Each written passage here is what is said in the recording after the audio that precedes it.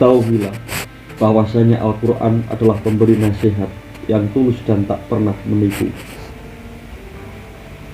memberi petunjuk yang tak pernah menyesatkan, dan pembicara yang tak pernah berdusta. Tidak seorang pun berkawan dengan Al-Quran, melainkan ia pasti beroleh kelebihan dan kekurangan, yaitu kelebihan dalam kebenaran dan kekurangan dari kebutaan hati.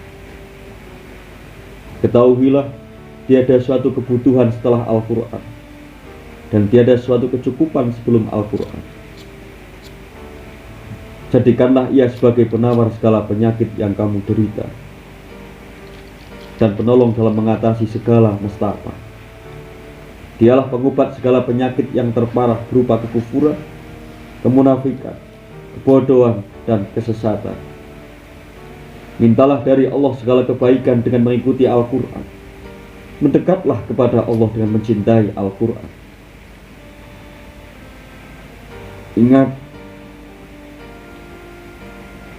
tapi harus diingat, janganlah memperalat Al-Quran demi mendapatkan sesuatu dari hamba-hamba Allah dengannya. Tiada sesuatu sebaik Al-Quran yang dapat dibawa seseorang ketika menghadapkan diri kepada Tuhan.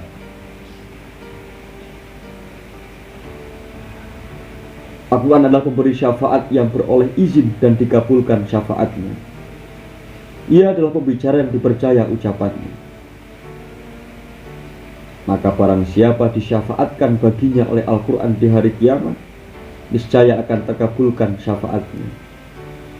Barang siapa terbongkar rahasianya oleh Al-Quran di hari kiamat, niscaya tak akan dapat terhindar.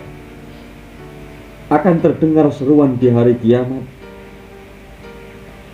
hai, sesungguhnya setiap penanam akan menjalani ujian atas tanamannya, serta atas akibat usahanya, kecuali penanam kebenaran Al-Quran.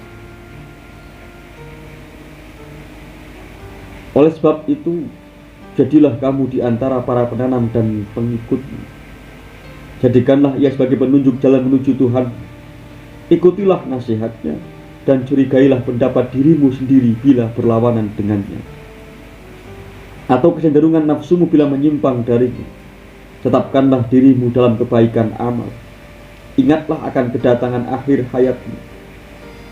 Tabahkanlah dirimu dalam istiqomah, kesabaran, dan dalam kebersihan jiwa.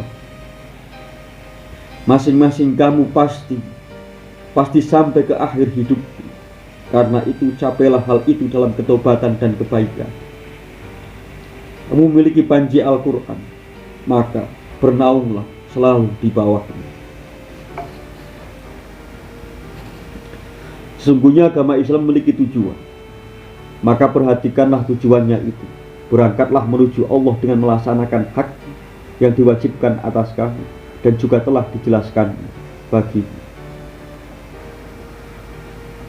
Sungguh, aku akan menjadi saksi bagimu di hari kiamat kelak, membela kepentingan.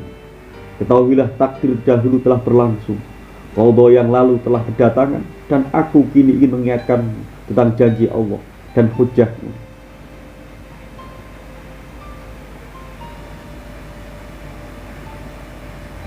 Jangan sekali-kali meninggalkan akhlak luhurmu ataupun memutarbalikkan.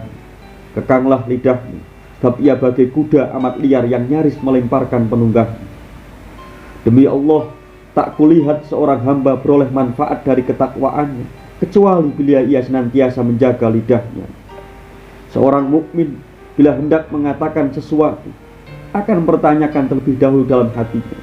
Jika hal itu berupa kebaikan, ia akan mengucapkan. Tapi jika itu berupa kejahatan, ia akan menutupinya. Adapun seorang munafik selalu tak ragu mengucapkan apa saja yang melintas di lidahnya. Tiada ia mengetahui apa yang menjadi bagian keuntungannya ataupun kerugian yang akan dideritanya. Baginda Rasulullah SAW telah bersabda, takkan lurus iman seseorang sampai hatinya menjadi lurus, dan takkan lurus hatinya sampai lidahnya menjadi lurus.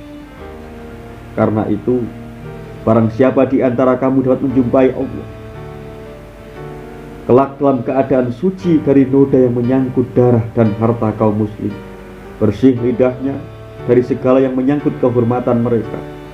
Hendaknya seorang muslim selalu bersungguh-sungguh berupaya untuk itu.